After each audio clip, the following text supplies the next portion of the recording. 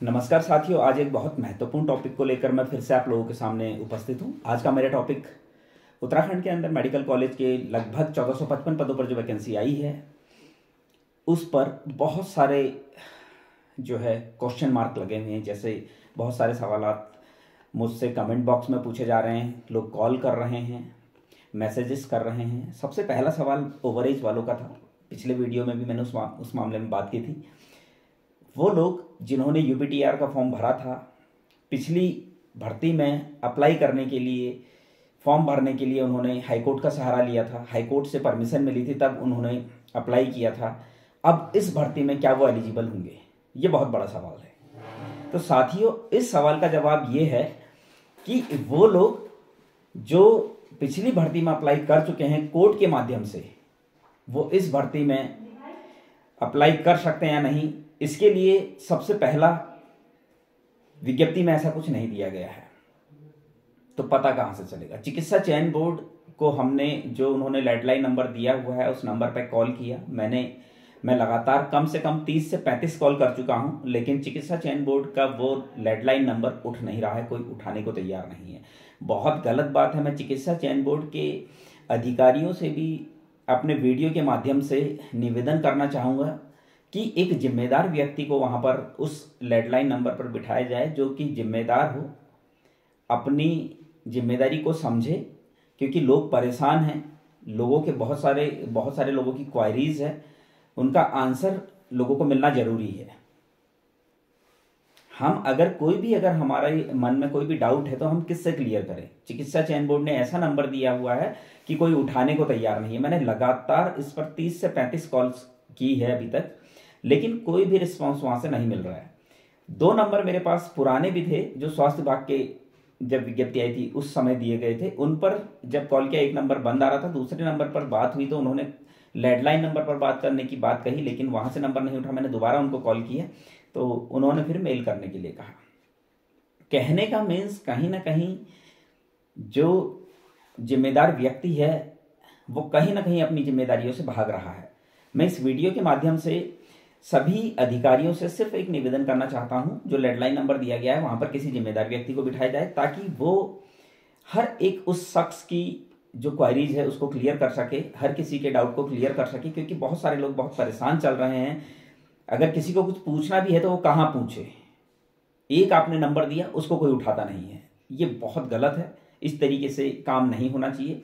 दूसरी बात, जो ओवरेज वाला मामला था उसमें अगर बात करें, बहुत सारे ऐसे जो और विज्ञप्तियां आई है जिसमें कोविड के टाइम पर जो विज्ञप्ति आई थी उस टाइम पर एग्जाम नहीं हो पाया था, किसी भी कारणवश वो विज्ञप्तियां रुक गई थी। जब दोबारा उन पर आवेदन मांगे गए तो एज रिलैक्सेशन उन सभी में दिया गया। तो यहां पर भी, क्योंकि ये भर्ती जो है मेडिकल कॉलेज की जो 1455 पद हैं, वो 12 दिसंबर 2020 को जो भर्ती आई थी उसी का एक पार्ट है। तो इसमें एज रिलैक्सेशन दिया जाएगा।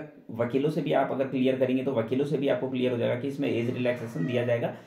लेकिन चिकित्सा चयन बोर्ड को ये चीज़ क्लियर करनी चाहिए। चिकित्सा चयन बोर्ड वाले फोन नहीं उठा रहे हैं, ये बहुत गलत बात है। कहीं ना कहीं फिर क्या है, बेरोजगारों को कोर्ट का सहारा लेना पड़ेगा।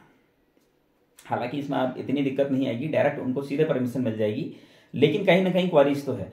एक और सवाल लगातार पूरे प्रदेश से मेरे पास आ रहा है, ओबीसी वालों का सवाल है कि ओबीसी का जो कास्ट सर्टिफिकेट है क्या वो रिन्यू होता है?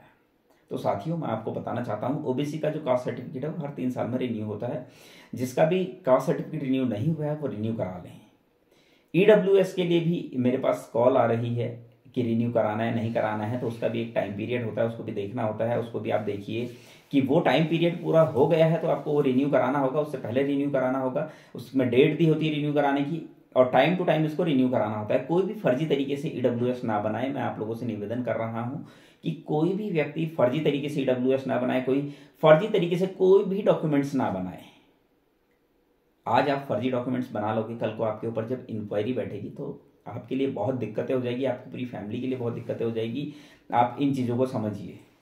और ऐसे लोग जिन लोगों ने गलत तरीके से नर्सिंग की है, गलत तरीके से, मेरे कहने का मतलब वो किसी संस्थान में रेगुलर एम्प्लॉय थे और उस दौरान उन्होंने उनका पीएफ कट रहा था, ईएसआई कट रहा था, और ऐसे में उन्होंने अगर जीएनएम या बीएससी नर्सिंग रेगुलर किया है तो कैसे कर लिया, और उसी दौरान अगर उन्होंने बीएड भी किया है तो कैसे कर लिया। कहीं ना कहीं एक क्वेश्चन मार्क बहुत बड़ा लग रहा है ऐसे लोगों के ऊपर। तो ऐसे लोग भी थोड़ा सा सचेत रहें, उनके ऊपर भी बहुत जल्द कार्रवाई हो जाएगी।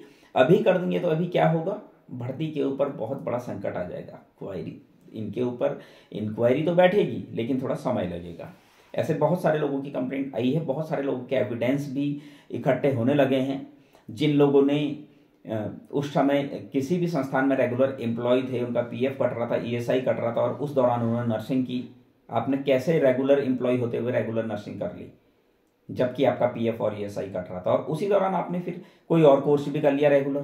तो ये पॉसिबल नहीं है, लेकिन आप लोगों ने कर लिया। तो आप एक चीज़ समझ लीजिए कि आपके ऊपर बहुत बड़ा शिकंजा कसने वाला है। कहीं ना कहीं आप इंक्वायरी के दायरे में आओगे।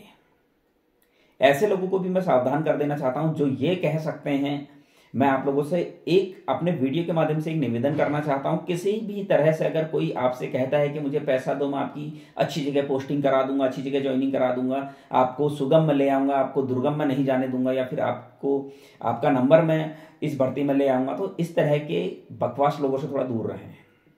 ये लोग सिर्फ और सिर्फ आपका पैसा लूटने की कोशिश करेंगे। ऐसे लोगों से मैं आपसे सिर्फ और सिर्फ एक निवेदन कर रहा हूं कि ऐसे लोगों से दूर रहना है, क्योंकि ये वर्षवार भर्ती है। वर्षवार का मतलब सभी लोग जानते हैं कि जिसका नंबर आना होगा आएगा, कोई नहीं रोक सकता, और जिसका नंबर नहीं आना होगा ना, कोई नहीं ला सकता है, पैसा भी नहीं ला सकता है, किसी की सिफारिश भी नहीं ला सकती है। इस चीज को अच्छे से क्लियर कर लीजिए कि जिसका नंबर नहीं आना होगा, कोई सिफारिश लगा लीजिए आप, नंबर नहीं आएगा मतलब नहीं आएगा, तो पैसा ऐसी जगह काम नहीं करेगा। तो अगर कोई इस तरह के सपने आपको दिखा रहा है तो ऐसे सपनों से थोड़ा दूर रहें, ऐसे लोगों से दूर रहें। ऐसे लोग सिर्फ और सिर्फ आपके पैसे के भूखे हैं, वो सिर्फ और सिर्फ आपका पैसा लूटना चाहते हैं, चाहे वो ज्वाइनिंग के नाम पर आपका पैसा लेना चाह रहे हो, चाहे भर्ती के नाम पर आपका पैसा लेना चाह रहे हो। ऐसे लोगों से दूर रहें। ऐसे लोग सरकार को बदनाम कर रहे हैं, शासन और प्रशासन दोनों को बदनाम करने की कोशिश करते हैं। क्या होता है, न शासन न प्रशासन कोई पैसा नहीं ले रहा है, लेकिन क्या होता है, एक तीसरा व्यक्ति जो होता है वो क्या करता है, पैसा खा जाता है। और बदनाम कौन होते हैं, शासन और प्रशासन, ब्यूरोक्रेट्स वाले बदनाम होते हैं, अधिकारी बदनाम होते हैं। और कौन बदनाम होता है, सरकार बदनाम होती है। तो कहीं ना कहीं सरकार की छवि पर भी बहुत बुरा प्रभाव पड़ता है इससे। तो इस तरह का अगर कोई व्यक्ति आपको दिखता है या मिलता है तो ऐसे लोगों की शिकायत करें। ऐसे लोगों को हमें जल्द से जल्द ऐसे लोगों के ऊपर कार्रवाई करवानी जरूरी है जो इस तरह की घिनौनी हरकत करते हैं। ये बहुत जरूरी है कि हम ऐसे लोगों को अपने समाज से थोड़ा दूर रखें, अपने से थोड़ा दूर रखें, क्योंकि ये लोग क्या होते हैं, ये पैसे के भूखे होते हैं। इनको किसी से कोई मतलब नहीं, किसी की कि उस बंदे ने कैसे पैसा कमाया है, कैसे वो लाएगा, कोई मतलब इनको सिर्फ और सिर्फ क्या है, लूटने से मतलब है। तो ऐसे लोगों से दूर रहें। मैं आप लोगों से सिर्फ और सिर्फ एक निवेदन कर रहा हूं, ऐसे लोगों से दूर रहें। ऐसे लोगों से जितना दूरी आप बना कर रखेंगे उतना समाज का भला होगा, उतना ही भर्ती जो है बहुत ईमानदारी से होगी। अगर आपकी कोई भी क्वारीज, अभी भी कोई क्वारीज अगर आपकी है तो आप मेरे को कॉल कर सकते हैं। मेरा कॉलिंग नंबर है 9634111715। दोबारा से मैं रिपीट कर रहा हूं, मेरा कॉलिंग नंबर है 9634111715। उम्मीद करता हूं आपको मेरी जानकारी पसंद आई होगी। धन्यवाद।